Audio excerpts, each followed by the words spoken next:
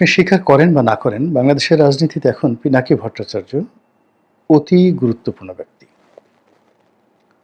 তার যে ইনফ্লুয়েন্স জনগণের প্রতি, তার দর্শক এবং শ্রোতার প্রতি, এটি এই মুহূর্তে অন্য কোনো রাজনৈতিক দলের প্রধানের নেই।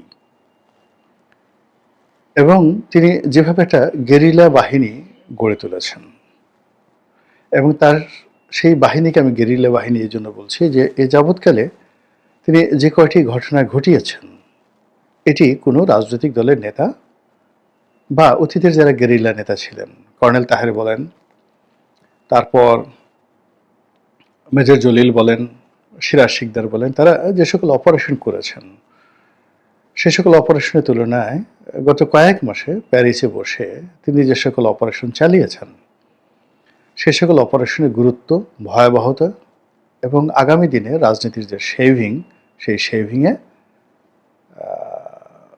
মানে আমি অতীতের যে কোনো অপারেশনের চাইতে গুরুত্বপূর্ণ। যেমন ধরুন, জাসদ দুটো কাজ করেছে অতীতে। একটা হলো ভারতীয় দূতাবাসে আক্রমণ চালিয়ে রাষ্ট্রদূত সমর সেনকে তারা ছিনতাই করার চেষ্টা করেছে, কিডন্যাপ করার চেষ্টা করেছে। আর হলো আওয়ামী লীগের জমানাতে স্বরাষ্ট্রমন্ত্রীর বাসভবন তারা ঘেরাও করার বা আক্রমণ করার চেষ্টা করেছে হাসানুল হক ইনুর নেতৃত্বে। তখন ক্যাপ্টেন মনসুর আলী অর্থাৎ নাসিম সাহেব, আওয়ামী লীগের যে প্রয়াত মন্ত্রী নাসিম সাহেবের বাবা, জাতীয় চার নেতার একজন, তিনি তখন স্বরাষ্ট্রমন্ত্রী ছিলেন। এই দুটো জাসদের কাজ।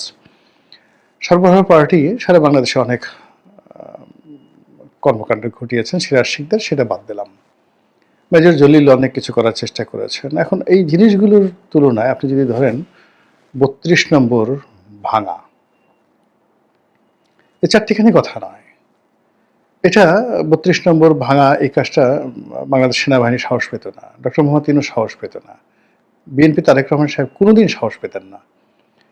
এই কাজটি পিনাকি করেছেন এবং করে তিনি গর্ব করছেন যে আমি করেছি, পারলে আমার পছন্দের টান দাও, আমার এটা করো ওটা করো। চ্যালেঞ্জ জানাচ্ছেন পুরো জাতিকে, তিনি এই কাজ করেছেন। এবং তিনি বলছেন যে বেশি বাড়াবাড়ি করলে একেবারে টুঙ্গিপাড়া ভেঙে শেষ করে দেবো, বঙ্গবন্ধুর মাজার তিনি ভেঙে দেবেন। তো বঙ্গবন্ধুর মাজার যদি তিনি ভাঙতে পারেন, তাহলে শহীদ প্রেসিডেন্ট জিয়াউর রহমানের মাজার ভাঙা তো তার জন্য নস্যি, এটা তো তিনি বললেই হয়ে যায়। তিনি যেভাবে প্রথম আলোর অফিস সামনে গরু জবাই করে তিনি জিয়াফত করেছেন, যেভাবে তিনি ডেইলি স্টারকে ভয় দেখিয়েছেন, এই ভয় দেখার ফলে মনে করেন মাহফুজ আনাম ডেইলি স্টার সম্পাদক এবং মতিউর রহমান যিনি রয়েছেন প্রথম আলো সম্পাদক, তিনি এই দুজন ব্যক্তি পিনাকির নাম শুনলে তারা যে ভয় পান, এটা আমার কাছে মনে হচ্ছে যে অন্য কোনো মানে ভয়ঙ্কর প্রাণী, তাদের সামনে যে একটা বাঘ দেওয়া হয়, তারপর শেষে সিংহ দেওয়া হয়, তো তারা বাঘ সিংহের একেবারে কান ধরে মলে দিতে পারবেন দুজনে, মাহফুজ আনাম এবং মতিউর রহমান। কিন্তু যদি বলা হয় তুমি একটু পিনাকির চোখের দিকে তাকিয়ে একটু মুচকে হাসো, তারা মানে কান্না করতে ভুলে যাবেন। তো এইরকম একটা অবস্থা এই বাংলাদেশে ডেইলি স্টার প্রতিষ্ঠা হওয়ার পর, প্রথম আলো প্রতিষ্ঠিত হওয়ার পর এই ভয় তো কাউকে দেখাতে পারেনি। এরপরে তার যে কতগুলো ন্যারেটিভ তিনি তৈরি করেছেন, শেখ হাসিনার নাম দিয়েছেন কাঁঠাল রানী, তারপরে তিনি বলেছেন যে জয় বাংলা করে দেবো, মানে ফিনিশ করে দেবো, খুন করে ফেলবো, মেরে ফেলবো, মাটির মধ্যে পুঁতে ফেলবো।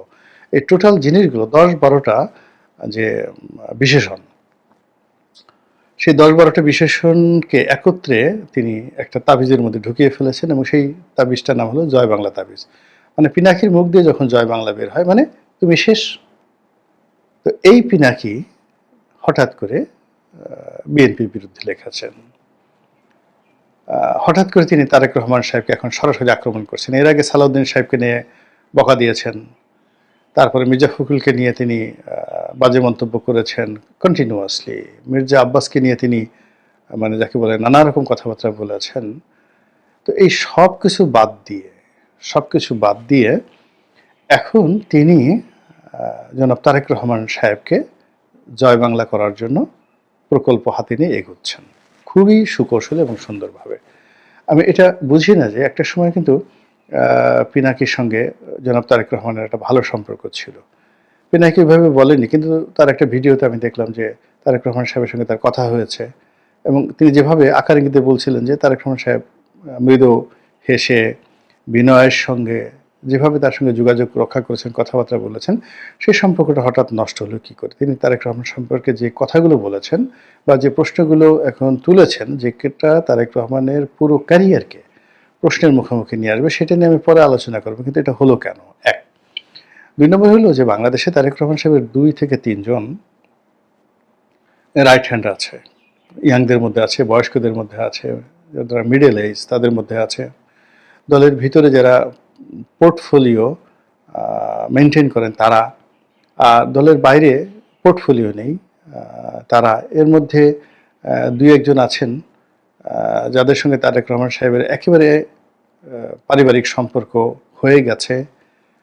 একথা অনেকে বলছেন, হবে এরকম কথাও বলছেন, বা আছে এরকম একটা কথাও বলছেন। এরকম অনেক পাওয়ারফুল লোক আছেন। এই সকল পাওয়ারফুল লোকের সঙ্গে টিল নাও টুডে জনাব পিনাকি ভট্টাচার্যের একটা দহরম মহরম সম্পর্ক রয়েছে। তারা সকাল বিকাল বাংলাদেশের অভ্যন্তরে যে বিষয়গুলো রয়েছে সেগুলো তথ্য দিয়ে, উপাত্ত দিয়ে, ডাটা দিয়ে, কথা দিয়ে, বার্তা দিয়ে তারা পিনাকিকে এনরিচ করেন।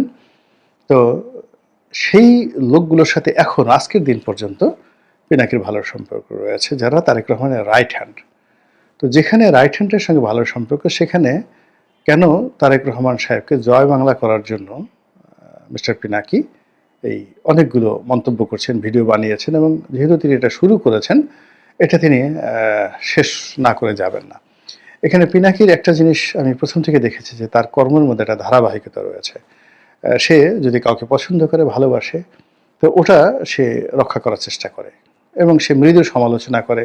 যেমন আসিফ মাহমুদ সজীব ভুঁইয়াকে সে মৃদু সমালোচনা করেছিল। তারপরে আসিফ মাহমুদ সজীব ভুঁইয়া যখন লন্ডন মানে প্যারিসে গিয়ে তার সঙ্গে দেখা করলো, তিনি ছবি তুললেন, এরপর থেকে তিনি তাকে ছোট ভাই হিসেবে, বা পিনাকির যে বয়স তাতে আসিফ মাহমুদ সজীব ভুঁইয়া তার ছেলের বয়সী হবে। তো এরকম এই জন্য সে তার প্রতি একটা আপত্ত স্নেহ নিয়ে তিনি কাজ করেন। ফলে আসিফ মাহমুদ সজীব ভুঁইয়াকে নিয়ে সবাই সমালোচনা করছে, নেতিবাচক কথা বলছেন, কিন্তু পিনাকি বলছেন না। এটা ওর একটা ক্যারেক্টারিস্টিক্স। সরি, ও না বলে উনি বলি। তার সঙ্গে মানে আমাদের এইজ অলমোস্ট সেম। ওনার সঙ্গে আমার কখনো ব্যক্তিগতভাবে পরিচয় হয়নি, কিন্তু আমাদের এইজ লেভেল, এডুকেশনের যে ইয়ার অলমোস্ট সেম। তো যার জন্য মানে অনেক সময় ও চলে আসে। কিন্তু যেহেতু তিনি এখন, আমি তো বললাম যে বাংলাদেশের সবচেয়ে ইনফ্লুয়েন্সিয়াল ডিফ্যাক্টো সরকার প্রধান, ডিফ্যাক্টো রাষ্ট্রপ্রধান, যার কথায় সব কিছু হয়, তাকে সম্মান করতেই হবে। কাজে উনি যে মানে যে সম্পর্কটা মেনটেন করেন, সেই সম্পর্কটা তিনি সবসময় সেটা ধরার চেষ্টা করেন। দ্বিতীয়ত বন্ধুবর যে পিনাকি ভট্টাচার্য, ডক্টর পিনাকি ভট্টাচার্য যদি কারো বিরুদ্ধে লাগেন, তো তাকেও তিনি জয় বাংলা না করে তিনি ছাড়েন না। এটা আমি তার মধ্যে দেখেছি। মাঝে মধ্যে দেখা গেল যে একজনের বিরুদ্ধে তিনি একটা কথা বলছেন, তিনি টেলিফোন করে হাউমাউ করে কান্নাকাটি করলেন, মাপ চাইলেন, আর জীবনে এরকম হবে না গো দাদা, আপনি আমাকে মাফ করে দেন, আমি আর ভুল করব না। তো কয়েকদিন ক্ষান্ত দেন তিনি, যেটা ডক্টর মোহাম্মদ ইউনূসের ক্ষেত্রে হয়েছে, তার প্রেস সচিবের ব্যাপারে হয়েছে, তার আসিফ নজরুলের ব্যাপারে হয়েছে।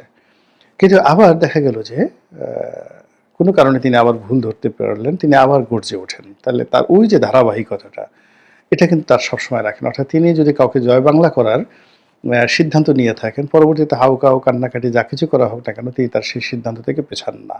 তো সেই দিক থেকে তিনি যে বিএনপির বিরুদ্ধে লেগেছেন, এটা তিনি প্ল্যান করে লেগেছেন, এবং তার একটা মিশন আছে, ভিশন আছে, এবং তিনি যে বিরক্ত হয়েছেন বিএনপির প্রতি, এটির যথেষ্ট কারণ তার কাছে না থাকলে তিনি বিএনপির বিরুদ্ধে কাজ করতেন না। তো তিনি বিএনপির বিরুদ্ধে বলছেন। তার আগে বিএনপিকে হেয় করার জন্য ইতিমধ্যে সালাউদ্দিন সাহেব, মির্জা ফখরুল থেকে শুরু করে অন্যান্য যে সকল শীর্ষ নেতা রয়েছেন, তাদেরকে ইতিমধ্যে প্রায় তিনি সেমি জয় বাংলা করে ফেলে দিয়েছেন। এখন বাকি রয়েছে জনাব তারেক রহমান সাহেব। এখন তারেক রহমান সাহেবকে নিয়ে তিনি প্রশ্ন করেছেন, তার লেখাপড়া কি? একটা নেতা তো লেখাপড়া লাগবে। তো তিনি এই যে ইংরেজিতে বিভিন্ন স্লোগান দেন তারেক রহমান সাহেব, তারপরে বিভিন্ন রকম কথাবার্তা বলেন, তার যদি নিজের ভান্ডারে কিছু না থাকে, লেখাপড়া না থাকে, তাহলে অন্য মানুষের শিখিয়ে দেওয়া বক্তব্য যখন তিনি বলতে যান, তখন সেই ব্যক্তি যদি রাষ্ট্র ক্ষমতায় বসেন, তখন তো তার কান চালাবে একজন, নাক চালাবে একজন, ঠোঁট চালাবে একজন, হাত চালাবে একজন, মানে তিনি একটা পুতুলে পরিণত হবেন। এবং এটা তো একটা জাতির জন্য একটা ভয়াবহ অবস্থা হবে। নিজের ভান্ডারে তো থাকতে হবে, আর নিজের ভান্ডারে কোনো কিছু রাখার জন্য, সঞ্চয় রাখার জন্য তাকে তো একটা এডুকেশন থাকতে হবে। সেটা সম্রাট আকবরের মতো প্রাকৃতিক এডুকেশন থাকতে হবে, অর্থাৎ he must be a brilliant, by born brilliant person. তো সেই ব্রিলিয়ান্ট তো তার কর্মে থাকতে হবে। সেকেন্ডলি হলো তার একটা প্রাতিষ্ঠানিক যোগ্যতা থাকতে হবে, লেখাপড়া থাকতে হবে। সেই জিনিসগুলো কি, এই কথাগুলো পিনাকি হঠাৎ করে এই সময় সামনে আনলেন কেন? এটা তো শেখ হাসিনা কখনো আনেননি, কেউ আনেননি, আমরাও কেউ কখনো এই বিষয় নিয়ে কল্পনাও করিনি। আর এটা এত স্পর্শকাতর, আমরা তো যারা বিএনপির সমর্থক আমরা বলার চেষ্টা করছি যে তিনি বাংলাদেশে গেছেন, লন্ডনে গেছেন, নিঃসন্দেহে তিনি ইতিমধ্যে 2-4টে পিএইচডি করেছেন, তিনি অক্সফোর্ডে গিয়েছেন, অনেক বড় বড় স্কলারদের সাথে তিনি বৈঠক করেছেন, তার মেয়ে ব্যারিস্টার, তার স্ত্রী ডাক্তার, তো কন্যা যেখানে ব্যারিস্টার, স্ত্রী যেখানে ডাক্তার, তো সেখানে তিনি না চাইলেও তো সেখানে একটা এডুকেশন হয়ে যায়। তো এখানে যখন আমরা এই ধরনের প্রচার প্রপাগান্ডা চালাচ্ছি, তখন একেবারে পিনাকি যে সরাসরি তার এডুকেশনে যখন প্রশ্ন করছেন, এটা খুবই অ্যালার্মিং। দ্বিতীয়ত যেটি তাকে শেষ করে দেবে সেটি হলো পুরুষের সবচেয়ে বেশি অলংকার, সৌন্দর্য হলো তার হালাল রোজগার। এটা পুরুষের যদি প্রফেশন না থাকে, আয় রোজগারের কোনো ওয়ে না থাকে এবং হালাল রোজগার না থাকে, তাকে আপনি সোনা দিয়ে, গহনা দিয়ে, হীরা মণি মুক্তা জহরত দিয়ে যত কিছু করেন না কেন, তার সৌন্দর্য বিকশিত হবে না, তিনি কখনো সম্মানিত হবেন না। তো কাজেই রাজনীতি করতে চান, সিংহাসনে বসতে চান, সম্মান পেতে চান, তার আগে আপনার রিজিকটা হালাল হতে হবে এবং নিজস্ব একটা আয় রোজগার থাকতে হবে। অথবা একেবারে খাস বাংলায় বলতে হবে যে আমার কিচ্ছু নেই, আমি মানুষের টাকায় চলি, বঙ্গবন্ধু শেখ মুজিবুর রহমানের মতো। আমি এই যে পার্ট টাইম ইন্স্যুরেন্সের দালালি করেছি, মানে তিনি আসলে একটা ইন্স্যুরেন্স কোম্পানির ম্যানেজার ছিলেন।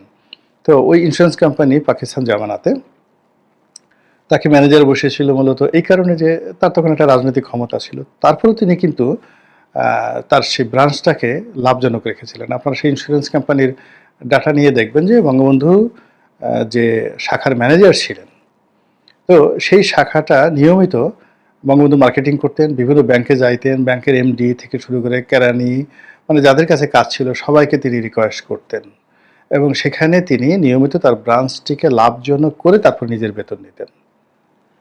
ফলে কি হলো, আপনি শেখ মুজিবের সব কিছুর ঊর্ধ্বে সে অন্যকে নিয়ে প্রশ্ন করতে পারতো যে সব চোরের দল, সব চাটার দল। এই কথাটা তিনি বলতে পারতেন বিকজ তার রিজিকের দুটো বিষয় ছিল। তিনি নিজে পরিশ্রম করেছেন, উপার্জন করেছেন, টাকা উপার্জন করেছেন, এটা দিয়ে সংসার চালিয়েছেন, আর দল চালানোর জন্য তিনি দুই হাতে মানুষের কাছে টাকা নিয়েছেন। আমাকে একজন বলল যে টাকা নাই, টাকা নাই, টাকা নাই। তিনি এক বাসায় গেলেন টাকার জন্য, টাকার জন্য গেল। তা ওই যার কাছে গেছেন সে বলতেছে যে না ভাই, লিডার টাকা টুকা নাই। তখন তার বউরে ডাকলেন, বলে যে তুই আমার সঙ্গে মিথ্যা কথা বলতে পারিস, তোর বউ মিথ্যা কথা বলতে পারবে না। আচ্ছা বৌমা দাও তো তোমার চাবিটা দাও। তখন সে মুচকি হেসে দিয়ে সে আলমারির চাবি দিয়ে দিয়েছে। সে আলমারি বঙ্গবন্ধু খুললেন, খুলে সেখানে কিছু টাকা পেলেন। টাকা পেয়ে অর্ধেক বললেন যে এটা তো সংসার খরচের জন্য, বাকিটা আমি নিয়ে গেলাম। মানে দ্যাট ওয়াজ দ্য, এটা একেবারে 100% সত্য এবং বাস্তব একটা ঘটনা। এই কাজ করে তিনি অর্থ উপার্জন করেছেন দলের জন্য, আর নিজের জন্য তিনি একটা ইন্স্যুরেন্স কোম্পানি, আপনি চিন্তা করেন, একটা ইন্স্যুরেন্স কোম্পানিতে বাংলাদেশের একটা রাজনৈতিক দলের প্রধান ব্যক্তি, তিনি একটা ব্রাঞ্চের ম্যানেজার হিসেবে কাজ করছেন, ব্রাঞ্চ ম্যানেজার হিসেবে। তো ফলে কি হলো, তিনি বুক ফুলিয়ে নিজের সততা নিয়ে কথা বলতে পেরেছেন। শেখ হাসিনার একই অবস্থা, আমি ছাড়া তো আসলে এই দলে কাউকে সৎ দেখি না। তো শেখ হাসিনা এখানে এসে আলম বলেন, যা কিছু বলেন, এই কথা তিনি বলতে পেরেছেন। বেগম জিয়াও তার সততা নিয়ে, তাকে কেন্দ্র করে অনেকে ফালুর টাকা হয়েছে, তাকে কেন্দ্র করে হারিস চৌধুরীর টাকা হয়েছে, তাকে কেন্দ্র করে অনেক মানুষের টাকা হয়েছে, কিন্তু তিনি কারোর কাছ থেকে ঘুষ নিয়েছেন, দুর্নীতি নিয়েছেন, এটা শয়তানও বলতে পারবে না। তো এই যে রাজনীতিবিদদের যে সততা, এই সততা তার রিজিকের ব্যাপারে তাকে অনেস্ট হতে হবে। জিয়াউর রহমানের সততা তো রীতিমতো কিংবদন্তি। তো সেক্ষেত্রে তারেক রহমান সাহেবের সেই যে পৌরুষ, যেটা অর্থের সঙ্গে সম্পৃক্ত, সেই জায়গাটাতে টান দিয়েছে পিনাকি। আপনি টাকা পান কোথায়? লন্ডনে আপনার থাকতে যে এলাকায় থাকেন, কিংস্টন এলাকায় থাকেন, এলাকাতে থাকতে খেতে বাংলাদেশের টাকায় একেবারে কিচ্ছু না হলেও একটা মানুষের মাসে 25 লাখ টাকা খরচ আছে। এই 25 লাখ টাকা আপনার এতদিন যাবৎ কোথা থেকে আসছেন, কি আসছেন, এই প্রশ্নগুলি তিনি করেছেন। তার এডুকেশন নিয়ে প্রশ্ন করেছেন এবং এগুলো তিনি প্রকাশ করতে বলতেছেন এখন। এবং এটা নিয়ে বিএনপি কি বলবে বলেন তো? এটার জবাব বিএনপি কি দেবে? এবং এটা যত বেশি এসকেপ করবে, ততই বেশি এই পিনাকির এই কথা জামাত, বিএনপি, এনসিপি, নাসিরউদ্দিন পাটোয়ারি তারা বলতেই থাকবে।